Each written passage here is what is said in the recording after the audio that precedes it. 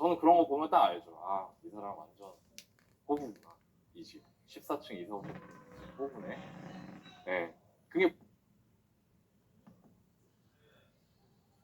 그렇대요. 뭐 샤시도 좋은 거 쓰고 한대요. 그러니까 제가 저 혹시 구경해봐도 돼요? 저도 하려고 하는데 사장님한테 해보고 싶은데 구경해봐도 돼요? 구경하래요. 딱 들어가서 보는 순간 야, 다 중국산 자였어요. 6천에다가 바른 34평. 저는 그런 거 보면 딱 알죠. 아, 이 사람 완전 호구구나. 이 집 14층 이사오고 호구네. 네. 그게 보이죠? 여러분들도 이거 배워야 돼요. 왜냐면 여러분 보세요. 중개수수료가 그냥 줘. 등기 비용이랑 인테리어에서만 한 2, 3천 날려요. 잘못하면. 그러니까 여러분 이런 걸 다 배워야 된다. 근데 이거 이제 가르쳐 드릴 건데 일단 중요한 건 얘네까지 포함해서 예산으로 생각하셔야 된다 이거예요. 그리고 사실 저는 개인적으로 여러분들께 인테리어를 할 돈으로 6천만 원 인테리어 할 돈으로 뭐 하는 게 좋아요? 더 좋은 집을 사는 게 낫죠. 그게 좋은 거예요. 사실 6천만 원으로 단지를 바꾸는 게 낫죠. 가능하다면. 그죠? 왜냐면 나중에 살면서 고치면 되잖아. 살면서 남편 시키면 되잖아. 페인트 칠하고. 아, 왜 이거 내가 해? 여러분, 우리 이거 덕분에 원래 동대문이었는데 성동구 온 거야. 이런 페인트 칠해. 이런 식으로 하시는 게 맞죠? 그래서 일단은 요 정도까지를 봅시다. 이게 매매 대금의 2%에서 5%거든요. 그러니까 이것까지 고려해서 여러분들이 예산을 보셔야 돼요. 안 그러면 이제 러시앤 캐시 가는 거예요. 급좀 모자라서. 예산은 종잣돈과 대출액으로 정해집니다. 보통. 여러분들이 대출을 어떤 대출을 얼마나 받을 수 있느냐에 따라서 여러분들의 예산이 달라져요. 이 예산에는 이게 포함이 되는데 거기에는 종잣돈과 대출액이 포함이 되고 구분이 되고 대출액이 얼마냐, 내가 대출 얼마 받을 수 있느냐에 따라서 여러분들이 예산이 달라지는 거죠. 그렇기 때문에 이 강의가 엄청 중요한 거예요. 전혀 어렵지 않아요. 대출 어려운가요? 네, 진짜 어려워요. 솔직히. 저도 진짜 강의 준비할 때마다 뚜껑 열릴 때가 한두 번이 아니에요. 너무 누더기질을 해놓으니까. 이게 되게 재밌는 게 여러분 은행에 대출 창구에 근무하는 계장님들 있죠. 몰라요. 잘 생각해보세요. 그분들이 대출 전문가예요? 아니면 직장인이에요? 그냥 회사에서 나온 목표 대출만큼 그냥 하는 거고요. 자꾸 꼬치꼬치 캐물으면 뭐라고 하냐면 가서 알아보라 그래요. 나 대출 알아보러 은행에 왔는데 계장님이 가서 알아보고 오라 그랬다니까요. 근데 그럴 만한 게 너무 복잡해. 툭 하면 손을 대니까. 정부 입장에서는 제일 손대기 편한 게 대출이에요. 왜냐면 이거는 입법사항이나 시행령 개정사항이나 시행세칙 개정사항 이런 게 거의 없기 때문에. 그래서 여러분들이 어렵습니다. 어렵기 때문에 최신 상황을 확인을 하셔야 되고 그 내용을 우리 다룰게요. 근데 일단 들어가기 전에 마인드셋을 해보세요. 일단 대출은 어렵지 않다고 생각합니다. 자꾸 대출 너무 어렵다, 막 대출 너무 모르겠다 이렇게 생각하시면 여러분들 모르니까 어렵지 않다고 생각하시고 이제부터 들어가 볼게요. 근데 이 기회에 주택담보대출뿐만 아니라 그냥 대출이라는 게 어떤 건지에 대해서 그 속성을 이해하는 식으로 처음 기초부터 하나씩 쌓아볼게요. 여러분들이 살아가면서 대출을 활용하셔야 될 기회가 많을 거기 때문에. 일단 복잡한 대출을 분류하는 기준들이 있어요. 이렇게 위아래로 잘라서 구분할 수 있고요. 옆으로 잘라서 구분할 수도 있어요. 그래서 그것들을 여러분들이 한번 공부를 해보실 필요가 있고요. 담보대출과 신용대출. 이 둘의 차이 아세요? 알아요? 확실히 알아요? 아니에요. 몰라요. 여러분들 잘 모르더라고요. 제가 해보니까 잘 몰라. 네. 일시 상환과 분할 상환. 이거 아세요? 그럼 담보대출은 일시 상환이에요? 분할 상환이에요? 몰라요. 획기에 섞이니까 몰라. 그죠? 몰라요. 그래서 배워야 돼요. 세 번째, 변동금리, 고정금리. 이건 좀 쉽죠? 금리가 바뀌는 게 변동이고 금리가 고정된 게 고정금리. 그죠? 용어도 있어요. LTV. LTV 들어보셨어요? 몰라요? 정신 바짝 차리시란 말이에요. 지금 이제 이거 모르면 정신 바짝 차려야 돼요. DTI. DTI 아세요? DTI는 잘 모르실 텐데. 대부분 잘 모르던데. 요걸 아시겠죠? 요거. 이걸 들어봤지. DTI는 뭐죠? 너가님? DSR이랑 비슷한데 지금은 DSR 보니까 이런 거 옛날 말 아닌가요? 아니에요. 지금 이거 봐야 돼요. 그래서 이걸 하나하나 다 배울 겁니다. 재밌게 배울게요. 이거 먼저 할게요. 강의 초반에는 재밌게 들으시면 돼요. 재밌게. 좀 복잡한 거 나올 때 집중하시면 돼요. 제가요, 미리 말씀드릴게요. 여러분들이 강의 대출 얘기하잖아요. 그럼 좀 있으면 이제 여기 앉으면 다 보여요. 여기서 이렇게 하얀 연기가 나오거든요. 일단 시간이 지나면 온라인 안 보이는 줄 알아? 다 보여요. 하얀색 연기가 나오면서 점점 탈출해. 여기 사람들이 의욕을 잃고 탈출해요. 제가 그때마다 목소리가 커질 거예요. 그럼 어떻게 하면 돼요? 나가는 애 잡아서 다시 집어넣으셔야 돼요. 약속했어요? 네, 좋아요. 담보대출과 신용대출이 있습니다. 담보대출, 신용대출 있고요. 담보대출은 주택담보대출만 다룰게요. 왜냐면 자동차 담보대출 들어보셨어요? 들어보셨죠? 네, 영화 같은 데 보면 막 무서운 사람들이 막 야 여기 막 써. 막 이렇게 하면 막 각서에 막 무슨 신장 막 써있죠. 그런 것도 담보예요. 네가 대출을 안 갚으면 내가 빼들어올 게 있는 게 담보대출이에요. 너 자동차 살 때 대출 받았는데 너 대출 안 갚네. 네 자동차 내 거. 너 집 살 때 대출 받았는데 대출 안 갚네. 그럼 네 집 내 거. 사람들이 그럼 여러분들이 은행 가서 받는 주택담보대출은 여러분의 상환을 못하면 어떻게 된다는 얘기예요. 여러분들 집이 여러분들 게 아니라 이 말이에요. 이 기본적인 걸 전혀 모르시고 생각을 안 하시는 분이 있어요. 왜 영끌하지 말라고 하겠어요? 그 대출 못 갚으면 어떻게 되니까? 그지? 그지 은행 거 되니까. 이거 되게 기본이잖아요, 사실. 근데 담보대출 의미를 모르니까 그냥 당연히 돈 나오는 줄 알아요. 그렇지 않다. 그러니까 당연히 적정 수준으로 대출을 받아야 돼요. 그 의미가 숨어 있는 거예요. 여기. 주택을 담보로 대출을 받고요. 장점은 원래 담보대출은 담보 물건만 있으면 대출 받아요. 원래. 단점은 중도상환 수수료가 발생해요. 자, 일단 담보 물건으로 대출받는다는 개념이 이겁니다. 그 뭐 예를 들어서 뭐 강남에 무슨 우리은행 강남역 지점에 어떤 할머니가 고쟁이 같은 거 있고 그 물 안 들어오게 막힌 그 슬리퍼 있죠 앞에 그 플라스틱 슬리퍼 그 털 달린 거 안에 겨울에 신는 거 그거 신고 여기 막 토끼털 같은 막 토끼 저기 있고 경동시장에서 산 거 같은 거 있고 이렇게 지팡이 하시고 허름하게 막 하고 들어오셨다 쳐요.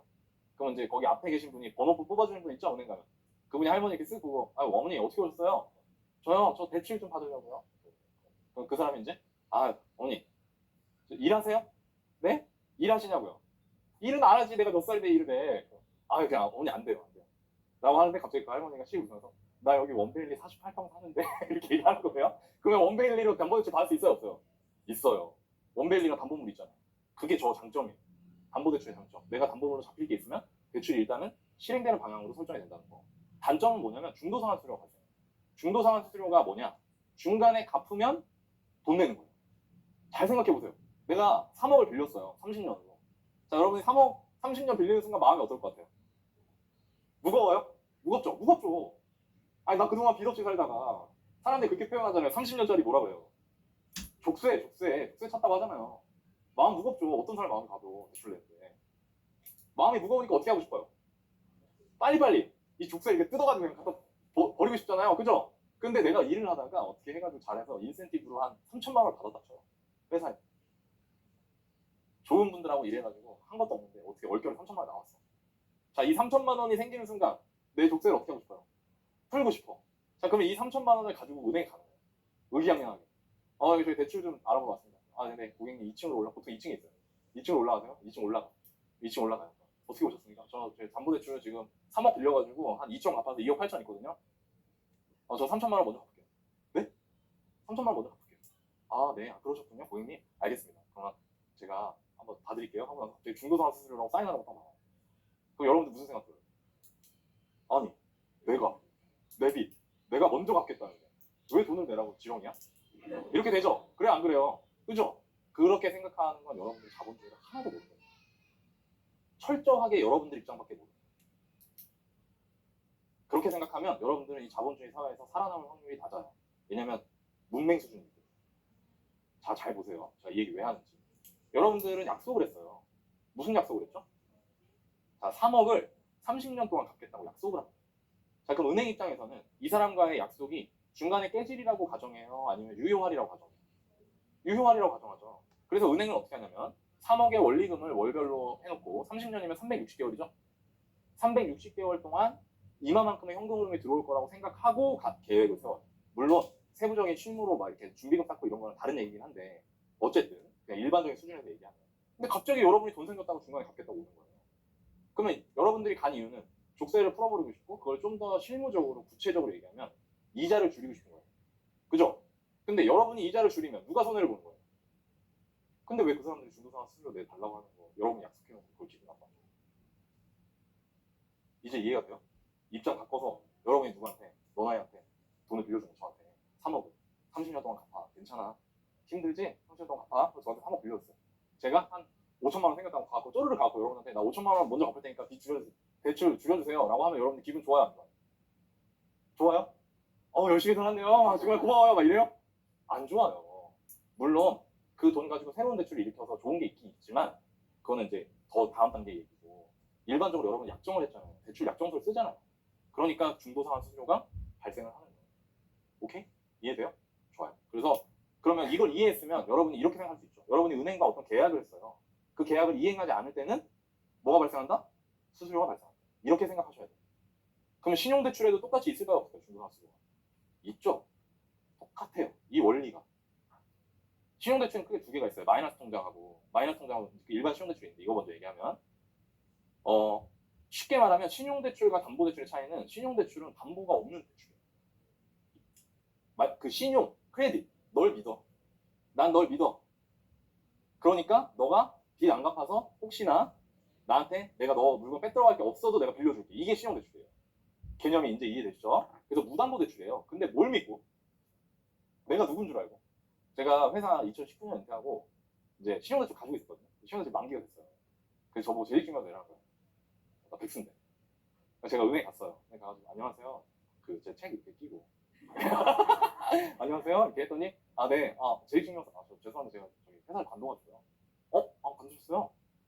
되게 당황한 표정이었는데 그 계장님이 예 알겠습니다. 그럼 제가 한번 확인해 드릴게요.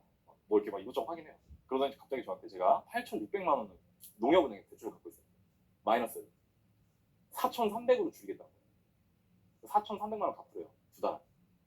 제가 거기서 느낀 게 여러분을 보고 빌려준 게 아니에요. 뭘 보고 빌려줘요? 여러분들이 다니고 있는 회사를 보고 빌려주는 거예요. 여러분들이 갖고 있는 현금 흐름 소득을 보고 빌려주는 거예요. 대출을 그냥 해주는 게 아니란 얘기예요. 그러면 여러분들이 앞으로 신용대출이나 마이너스 통장을 쓰실 때는 이걸 감안하고 쓰셔야 된다 이거예요. 내가 만약에 직장이 변동이 있거나 내 소득 월 현금 흐름이 바뀐다. 그러면 여러분들의 마이너스 통장 한도가 순식간에 바뀔 수 있다를 알고 쓰셔야 되는 거예요. 그런데 요즘에 신용대출 막 끌어가지고 집 사시는 분들 보면 이런 생각이 아예 없어요. 네. 진짜 피똥 싼다는 게 뭔지 알게 돼요. 잘못 쓰면. 그걸 제가 여러분한테 미리 말씀드린 겁니다. 근데 가이드를 드릴 거예요. 어느 정도 신용대출 써도 된다. 1금융권에서 쓸 수 있고요. 마이너스 통장. 금리가 일반 신용대출보다 좀 싸죠. 그리고 이건 대출 상환이 자유로워요. 이게 뭐냐면 마이너스 통장, 제가 좀 이따 설명드릴 신용대출과 마이너스 통장의 차이를 제가 그림으로 설명을 드릴 건데 영원이에요. 영원. 여러분들 계좌가 신용대출을 밑으로 파요. 예를 들어 내가 신용대출 8천만 원이다. 마이너스 통장. 그럼 마이너스 8천이에요. 이게 뭐냐면 그 계좌에서 여러분이 필요할 때 8천만 원까지 꺼내 쓸 수 있는. 이해되세요? 신용대출. 그러니까 이거는 내가 만약에 이 마이너스 통장을 만들어 놓고 내가 돈을 안 써. 그럼 이자 나가요? 안 나가요? 안 나가요. 좋아요? 안 좋아요? 이래서 마이너스 통장 만든 놈이 누군지 모르겠는데 진짜 천재예요. 이 마이너스 통장이 생기면서 모든 사람들이 빚쟁이 됐어요. 이 허들을 낮추면. 지금 제가 얘기하는 순간 저 되게 괜찮다 생각 들었죠? 네, 그러니까 여러분들이 너나 할 거 없이 마이너스 다 주고 누군지 모르겠지만 진짜 떼돈을 벌었어. 누군지 모르겠지. 현대금융에서 나온 겁니다. 이 제품. 상품. 일반 신용대출은 뭐냐면 여러분들 통장에 계좌에 8천이 현금으로 딱 꼽혀요. 대출 실행이 되는 순간. 플러스 8천이에요. 자 그러면 대출이자 나가요? 안 나가요? 무조건 나가요. 이 8천만 원이 그냥 통장에 있어도 나가요. 얘는 내가 퍼서 쓰는 거고요. 얘는 일단 돈 다 받고 시작하는 거예요. 체크체크 시간 갈 때마다 이자를. 그러면 여러분들이 신용대출 쓴다고 할 때 얘를 먼저 쓰는 게 좋아요? 얘를 먼저 쓰는 게 좋아요? 얘를 먼저 쓰는 게 좋아요. 이해되세요? 네. 근데 사람들이 이런 걸 기본적으로 모르니까 마이너스 통장 안 주고 그냥 바로 신용대출 내는 사람들이 있어요. 그러니까 여러분들이 신용대출 쓰실 거면 1순위로 알아봐야 되는 건 뭐다? 그러니까 마이너스다. 마이너스를 먼저 쓰는 겁니다. 제가 이 얘기를 왜 하냐면 여러분들 개개인의 재직 상황과 소득 수준에 따라서 신용대출의 한도가 정해져 있거든요. 근데 그 한도를 뭐부터 채우냐 이거예요. 예를 들어서 이 사람이 그 사람의 이런 신용 상태를 봤을 때 1억까지 신용대출 실행이 가능할 것 같아요. 그리고 이거는 전 금융기관 다 비슷해요. 내가 예를 들어 농협에 가도 국민은행 가도 신한은행 가도 비슷하다고. 그러면 1억 중에 8천을 마이너스 뚫어놓고 신용대출로 2천 받는 게 좋아요. 신용대출로 8천 받아놓고 마이너스로 2천 쓰는 게 좋아요. 마이너스 8천 먼저 쓰고 신용대출 2천 쓰는 게 좋다 이거예요. 이해되시죠? 그러니까 이 얘기는 마이너스 통장과 신용대출을 활용하는 순서와 관련이 있는 얘기예요. 이 특징을 아는 건 대출 상환이 자유롭죠. 단점은 한도가 낮아요. 마이너스 한도가 보통 통상적으로 그 사람이 쓸 수 있는 신용대출 한도에 미치지 못해요. 대부분. 그리고 개인 간 편차가 있어요. 이거는 뭐 직장이나 소득에 따라 다르겠죠. 신용대출은 마통이랑 같은데 제가 아까 설명드린 거 대출에 일단 다 들어와. 띵동한 다 들어와요. 이금융권에서도 쓸 수 있고요. 한도가 높아요. 신용대출이. 마통에 비해서 금리가 높고요. 이거는 금리가 엎치락뒤치락 할 때가 있는데 일반적으로 개인 간 편차가 있고 이거 보세요. 자 신용대출은 돈이 띵동 들어오죠. 자 돈이 띵동 들어온다는 얘기는 계약하는 거예요 안 하는 거예요? 그럼 이거 먼저 갚겠다고 하면 어떻게 한다? 중도상환수수료가 없다. 아까 여기서 배웠죠? 이 원리를 이해했잖아. 그러니까 얘는 심지어 중도상환수수료가 없단 말이에요. 마이너스 통장. 그러니까 마이너스 통장을 먼저 쓰시는 게 좋다. 정리됐나요? 네, 이렇게 접근하시면 좋고요. 이거를 알려드리지 않는 게 나을 수도 있을 것 같은데 그래도 말씀을 드리는 게 맞는 것 같아요. 여러분들 1금융권이 어디예요? 은행. 메이저 은행이죠? 그죠? 그 5형제, 독수리 5형제 있잖아요. 국민, 신한, 우리, 하나로. 여기 2금융권. 보험사. 뭐 이런데. 무슨 생명, 무슨 손해보험 막 이런데. 3금융 어디예요? 슬슬 위험해지고. 그냥 뭐 몰라도 돼. 그냥 여기까지 가지 마. 가지 마요. 그냥 여기서 끝내. 자, 그러면 2금융권이 사람들이 1금융을 먼저 가요? 2금융을 먼저 가요? 1금융을 먼저 가죠? 근데 2금융에서 대출 취급할까요? 안 할까요? 하죠. 그럼 2금융은 1금융 사람들이 1금융에 먼저 가니까 어떻게 해야지 자기한테 와요? 많이 해주거나 싸게 해주거나. 그죠? 싸게 해주는 거 좋아요? 안 좋아요? 아니, 이 사람들 안 좋죠. 그러니까 많이 해줘요. 예를 들어 이 사람이 1금융에서 1억이잖아요. 그럼 1억을 예를 들어서 8천을 마이너스 통장, 2천을 신용대출 받고요. 그 다음에 대출을 더 쓰고 싶어요. 그러면 어디 생명, 어디 화재 이런 데 가보는 거예요. 그러면 고객님 저희 회사에서 4천 정도 더 해줄 수 있어요.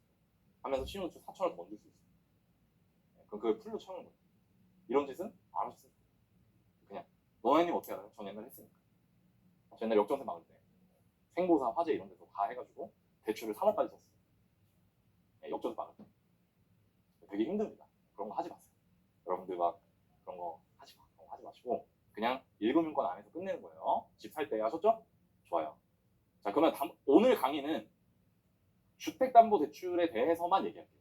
일단 왜냐면 여러분들 각각의 재직 상황, 뭐 소득 수준이 다 다르기 때문에 여러분들 쓸 수 있는 신용대출의 기본적 가이드만 드리고 지금부터 얘기가 나오는 대출은 주택담보대출에 대한 얘기라고 생각하시면 돼요. 자, 일시상환, 분할상환 있습니다. 이거는 말만 보면 뭔지 알 것 같죠? 세 가지가 있어요. 만기 일시상환이 있어요. 먼저 이건 뭐냐면 대출 기간 동안 이자만 부담하는 겁니다. 만기에 대출 받는 거예요. 예를 들면 3억을 빌렸다. 그리고 금리가 4%다. 그럼 3, 4, 12. 1년 이자 얼마? 1200. 한 달 이자 얼마? 100. 100만 원씩 30년 동안 내다가 30년 뒤에 3억 몽창 갚는 거예요. 자, 3억 원금을 안 갚죠. 원금을 안 갚아요. 대출 기간 동안. 원금을 안 갚고 만기 전까지 이자만 내요. 이게 장점이죠. 단점은 만기에 목돈이 필요하고요. 그리고 이자가 하나도 안 줄어요. 원금을 하나도 안 까니까. 그러니까 30년 내내 100만 원 내는 거예요. 좋아요, 안 좋아요? 안 좋죠? 안 좋아요? 자, 봐봐요. 그치. 여기 그러니까 배울 게 많은 거예요. 자, 하나하나 설명드릴게요. 일단 이렇구나 알고 계세요. 두 번째, 원금 균등 상환이 있어요. 원금 균등 상환은 여러분들이 낸 3억이라는 그 원금을 그대로 매달 똑같이 까나가는 거예요. 83만 3,333원씩. 그러면 원금이 점점 줄어들죠. 원금이 줄어드니까 남아있는 원금에 대한 이자도 어떻게 돼요? 줄어들어요. 매달 원금을 똑같은 금액만큼 상환을 하고요. 이자는 남은 원금에 대해 내고 그렇기 때문에 이자 총액이 제일 적어요. 내가 내는 이자가 적어. 그러니까 원금 플러스 이자인 상환 총액도 적어요. 단점, 초반에 많이 갚아요. 초반에. 좋아요, 안 좋아요? 잘 모르겠어요? 아리까리 해요? 제가 뭔가 함정이 있는 것 같아요, 자꾸. 솔직히 마음으로 이게 제일 좋지. 돈 제일 적게 내는데, 쉽죠? 근데 제가 자꾸 물어보니까 뭐가 있는 것 같죠? 있어요. 뭐가 있어요. 이따 설명. 일반 사람들 입장에서 이게 제일 좋고 논리적으로 설득되기 때문에 여러분들이 은행 창구에 가면 계장님들이 제일 많이 설명하는 게 이겁니다. 그러면서 뭐라고 얘기하냐면 이렇게 얘기해요. 대부분 이걸로 하세요. 자, 그러면 여러분들은 네. 그럼 나도. 거기 있는 사람 전부 다 금융부네. 제가 그 계장님들은 진심으로 그렇게 믿고 말합니다. 물론 회사에서 이제 얘기한 게 있죠. 어떻게 해라.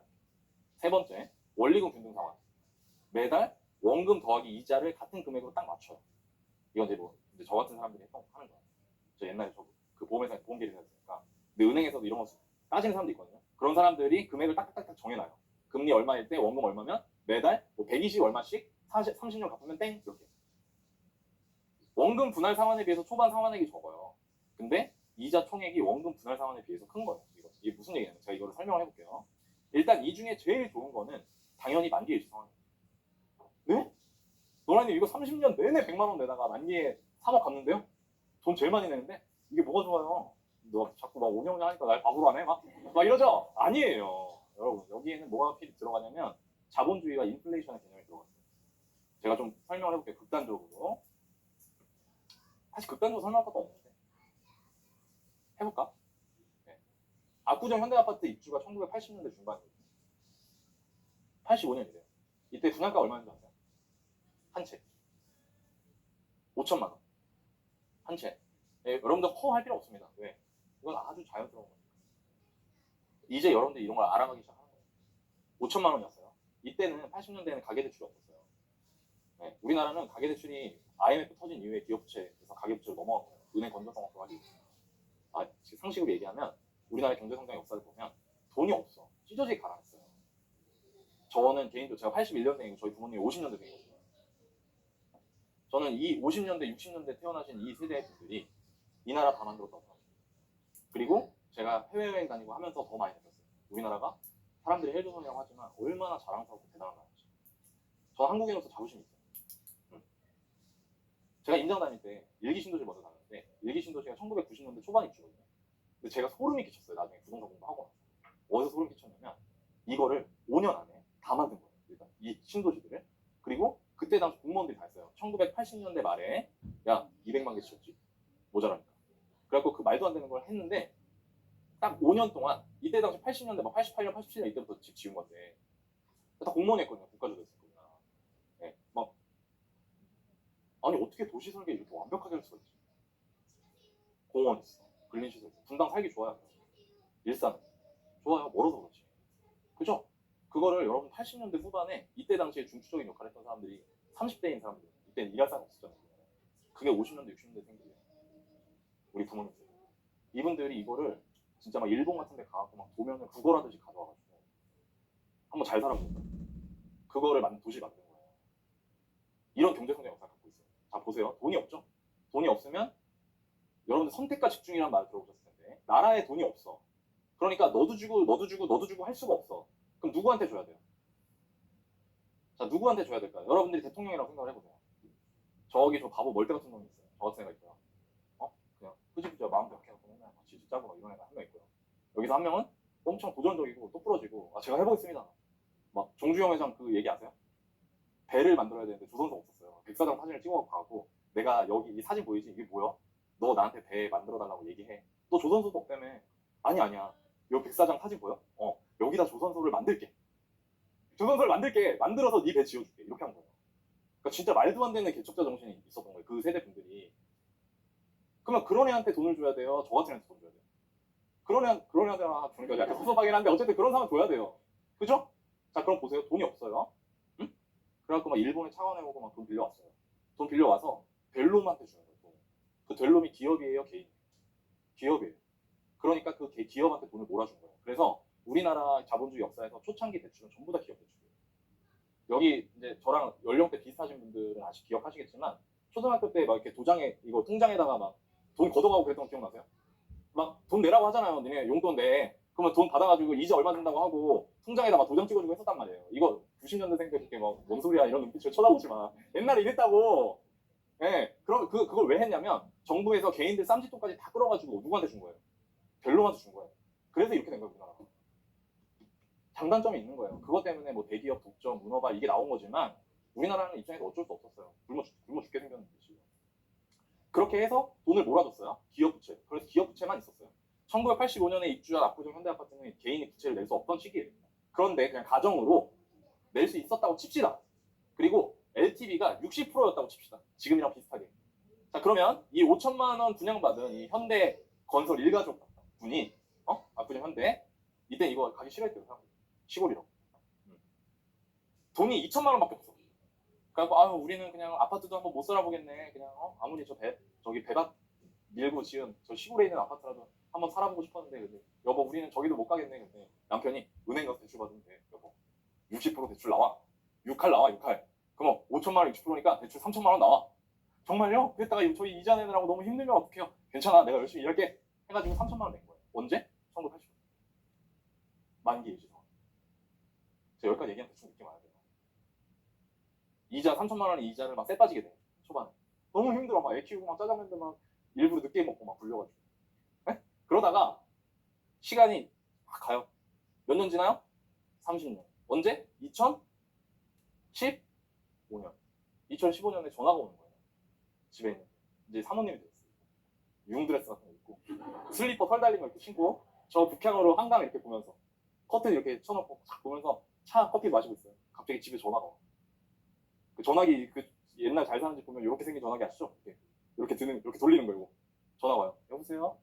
아, 네, 사모님. 네네. 저희 국민은행입니다. 아, 네, 무슨 일이세요? 대출 만기가 됐어요. 대출 만기요? 네. 저희 대출이 있나요? 네, 있으세요, 대출이요. 무슨 대출이요? 이 양반이 뭐 사고를 쳤나? 아니요, 주택담보대출 있으세요. 1985년에 실행하신 대출입니다. 얼마죠? 얼마요?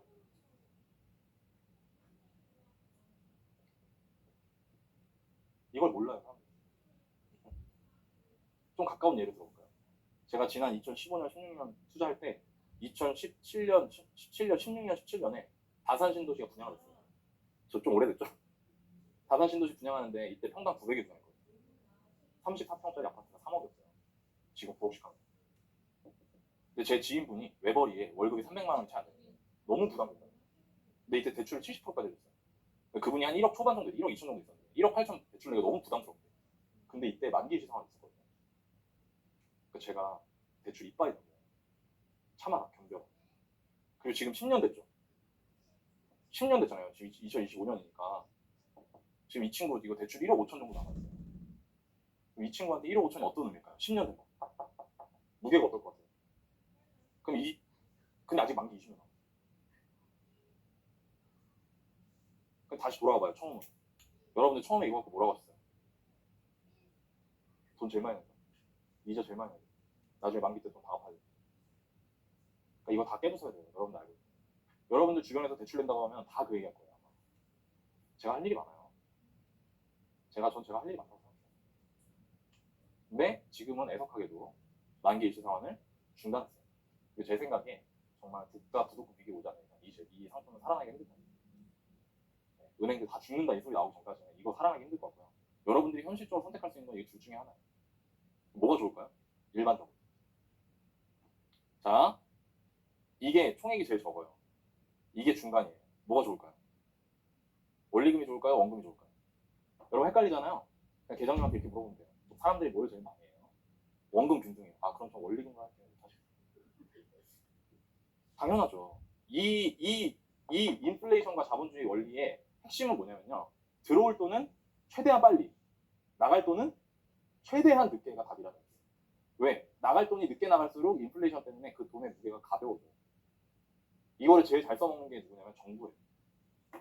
정부가 국채 발행하죠. 여러분들 미국이 국채 발행 얼마나 많이 하는지 아세요? 근데 걔네 국채 발행 계속해요. 국채를 10억 달러를 발행을 해요. 이 국채라는 게 뭐냐면 미국 정부가 빚지는 거예요. 내가 채권 발행해줄 테니까 10억 줘. 10억 달러. 은행에다, 중앙은행에다가. 그럼 중앙은행이 오케이, 미국 정부 채권 특이니까, 특급이니까, 신용도 10억 달러 빌려줄게? 돈 줘요. 만기 돼요. 10년 만기 채권이에요. 그럼 10년 뒤에 만기 되죠. 그럼 10억 달러를 어떻게 해요? 얘네가 갚을까 안 갚을까요? 안 갚아요. 미국 정부 부채 맨날 늘어난다는 얘기 들으시죠? 근데 미국은 정부는 부채가 늘어날 때마다 어떻게 하냐면 통화량을 늘리면서 인플레이션을 유발해요. 인플레이션 유발하면 그 부채가 어떻게 돼요? 가벼워지잖아요. 저 지금 빚 있을까요? 없을까요? 제가 지금 여기까지 얘기했어요. 저 빚이 있을까요? 없어요? 대출이. 있죠. 저 대출 한 50억 넘어요. 60억?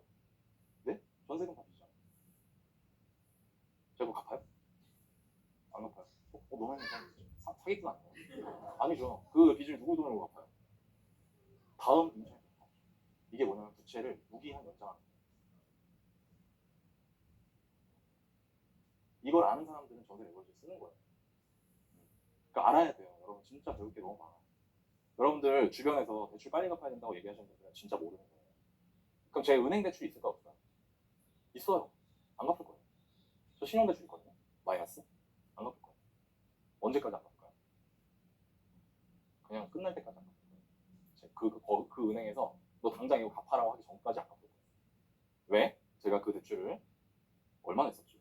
시티은행 8천인가? 정확히 기억이 안 나요. 7,800인가? 8천인가 냈었는데 그거 언제 냈냐면 2017년에 냈거든요. 2017년에 8천만 원 빌릴 때는 좀 제가 마음이 좀 무거웠어요. 지금 8천만 원 어때요? 저한테. 너무 가볍죠. 저한테. 갚아도 되는 돈은 안 갚아도 되는 근데 안 갚을 거예요. 왜냐면 10년 더 지나면 8천만 원이 지금의 한 5천만 원 느낌일 것 같아요. 안 갚을 수 있을 때까지 안 갚고 저는 그 돈을 굴릴 줄 아니까 그 돈 가지고 미국 주식도 사고 부동산도 사고 이렇게 해서 불려나가요. 여러분들이 대출에 대한 이 자본주의와 인플레이션에 대한 이런 기본적인 내용을 반드시 아셨으면 좋겠고요. 헷갈린다? 그러면 나가는 건 최대한 늦게, 들어오는 건 최대한 빨리. 이 원칙을 지키시면 돼요. 이 원칙을 누가 하고 있느냐? 은행, 보험사 이런 데가 하고 있어요. 자, 이거는 제로섬이거든요. 돈을 놓고 주고 받는 거예요. 자본주의에서 여러분들이 은행이나 보험사와 관계를 맺고 계약을 하잖아요. 그거는 계약을 맺고 내 돈을 너한테 주고 나중에 받고 이 게임이거든요. 이 게임이야. 돈은 늘어나지 않아요. 여러분들과 여러분들 이해 당사자 사이에서 왔다 갔다 할 뿐이에요. 근데 그때 어떤 원칙을 가지라고요? 나가는 돈은 최대한 늦게, 들어오는 돈은 최대한 빨리, 이 원칙을 지키시라고. 그게 은행과 보험회사가 여러분한테 하는 짓이에요. 여러분들은 세뇌돼 있어요. 여러분들은 가스라이팅 돼 있어요. 빚은 나쁜 거야.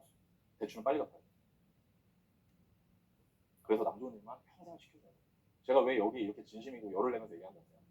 저 우리 엄마 생각나요. 너무 열받아요. 억울하고.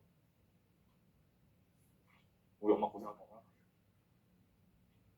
제가 대학 때 1999년 12월 달에 저희 집에 돈이 없어가지고 제가 국립대 가라는 엄마 그걸 안 하고 제가 사립대 가고 싶어가지고 고시 플러스 그 대출을 학자금 대출 내려갔는데 그때 대출 금리가 캐피탈에 갔어요. 저희 부모님이 사업자 등록 안 하고 자영업을 하셔가지고 소득이 안 됐어요. 은행 같은 데서 대출 안 했어요. 전 뭔지도 몰랐어요. 그게. 근데 엄마가 눈이 왔는데 그냥 대출 자사하고 나서 제가 자사했거든요. 자폐 설명 제가 했어요. 근데 그때 금리가 10몇 프로였어요. 10몇 프로. 저희 엄마가 나오시면서 우셨어요. 미안하다. 자기 자식한테 족쇄 채우는 느낌이었으니까. 제가 저희 엄마한테 뭐라고 했냐면 되게 해맑게 엄마 괜찮아. 19살. 19살. 저희 엄마가 돈 없을 때마다 이리 뛰고 저리 뛰면서 맨날 쓰셨던 게 황금 서비스 이런 거. 그리고 그 빚을 갚으려고 진짜 별짓 다 했어요. 근데 진짜 어이없는 거는 그로부터 25년이 지났는데 지금도 대부분의 사람들이 그러고 살아요. 여러분 그러지 마세요. 아셨죠? 네, 그렇다고 대출 맞으라는 얘기 아니에요. 이따 얘기할 거예요. 네.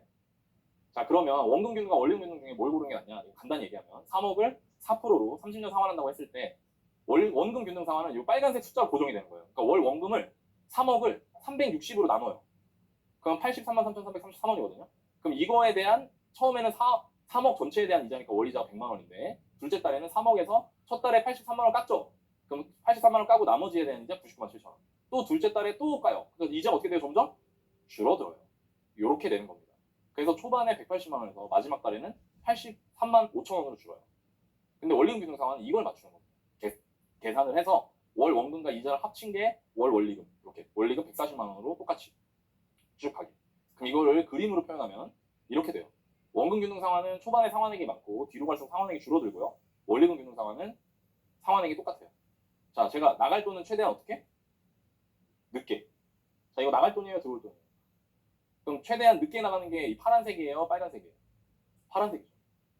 그러니까 원리금 균등 상환이 더 좋은 거예요. 단 예외가 있어요. 나는 소비 습관이 엉망이다. 객관적으로 봤을 때. 나는 소비 습관이 엉망이라 이 돈을 제가 왜 그러냐면 이 차이인 만큼 있죠. 요거를 굴릴 수 있단 말이에요. 돈을 나가는 돈을 최대한 늦게 해야 하는 이유는 내가 나가는 돈을 줄여 통제해서 그 돈을 갖고 뭘 할 수 있다는 얘기잖아요. 그래서 줄이라는 거예요. 근데 만약에 내가 돈 다룰 줄 모르고 심지어 소비 습관이 엉망이에요. 그러면 차라리 이게 나아요. 초반에 빡세게. 이해되세요? 여러분들 혹은 여러분의 배우자가 소비 습관이 엉망이다. 내가 생각하기에 지금 어렵다. 우리 이거 하는 것도 버거울 것 같다. 그럼 차라리 원금 균등 상환을 하십시오. 그래서 초반에 빡세게 없어요. 그렇게 가이드를 드리고 싶습니다. 근데 나는 뭐 예를 들어서 월급에 재테크 기초방 같은 거 듣고 뭐 미국이나 막 주식 ETF 투자 이런 걸 할 거다. 그러면 이 금액을 장기 투자하겠다. 자산 배분 투자를 하겠다. 그러면 이 금액을 아껴서 이거를 굴리는 게 훨씬 더 낫습니다. 이해되시나요? 네. 이게 원리금 이거. 이 둘의 차이가 3,500인데 30년 동안 3,500 차이 나는 거거든요. 그러니까 3,500만 원만큼만 더 내가 벌 수 있으면 돼요. 그건 어렵지 않습니다. 30년 동안 3,500 벌어. 그냥 ETF만 사서 모아도 돼요. 정리됐나요? 오케이, 좋아요. 변동금리와 고정금리는 변하는 거예요. 고정금리보다 금리가 디폴트 값이 좀 낮습니다. 그러니까 은행 가면 대출이자 제시할 때 고정금리는 4.5%, 변동금리는 4.1%예요. 뭐 하실래요? 이렇게 얘기해요. 통상적으로, 일반적으로, 뭐 가끔은 이 두 개 역전될 때도 있습니다. 은행이나 상황에 따라서. 일반적으로는 고정금리가 디폴트 값이 고금리고요. 변동금리가 저금리예요. 금리가 오를 때 유리할까요? 내릴 때 유리할까요? 금리가 내려오는 시기에 변동금리 하는 게 유리해요? 오를 때 하는 게 유리해요? 내릴 때 하는 게 유리하겠죠. 왜? 처음에 4.5%였는데 시간 지나니까 금리 떨어져서 이게 3.9%까지 떨어질 수도 있거든요. 그러니까 금리 인하기에 유리하죠. 지금은 금리 인하기예요, 인상기예요? 인하기예요. 지금 금리 인상기 불리합니다. 고정금리는 인상기에 유리하고 금리 인하기에 불리하죠. 그래서 요즘에는 고정금리를 은행에서 유도하려고 고정금리가 밑으로 내려가는 경우도 있어요. 그래서 상황에 따라 좀 다릅니다. 근데 그럼 지금 여러분들이 변동금리 하는 게 좋아요? 고정금리 하는 게 좋아요? 일단 싼 데서 하는 게 좋아요. 일단은 금리가 싼 데서 먼저 하는 게 좋아요. 어디가 주로 쌀까요? 초반. 지금 어디가 쌀까요? 이거는 은행 그 판을 봐야 돼요. 자, 보세요. 1금융에서 봐주는 게 좋고 일단은 1금융의 터줏대감이 아까 오영재라고 했잖아요. 국민, 신한, 우리, 하나, 농협이에요. 그리고 얘들이 어디서 돈을 버냐면 미안한 얘기지만 우리나라 금융사들은 좀 무능합니다. 제가 보험회사 출신이기 때문에 자신 있게 말했었어요. 1등 보험회사 출신이니까. 우리나라 보험회사는 대한민국 내수가 전부 다예요. 해외 실적이 없어요. 해외에서 돈을 버는 능력이 없어요. 우리나라에서만 돈 벌거든요. 근데 우리나라 고령화되죠. 그 고령화에 대한 대비를 해야 되잖아요. 대비가 잘 안 되죠. 그러니까 우리나라 그 금융회사들은 제가 보기에 되게 위험합니다. 구멍이 별로 없어요. 그리고 또 하나는 비즈니스 모델이 되게 한정적이에요.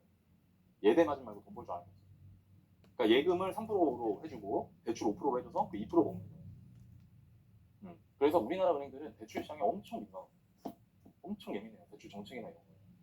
잘못하면 자기들 밥줄이 끊어져요. 근데 지금까지는 돈 진짜 잘 벌었어요. 특히 부동산 시장 주택담보대출 타고 이익 많이 냈습니다. 되게 재밌는 게 점점 은행 상황이 어려워지는 거예요. 우리나라 금융 상황들이.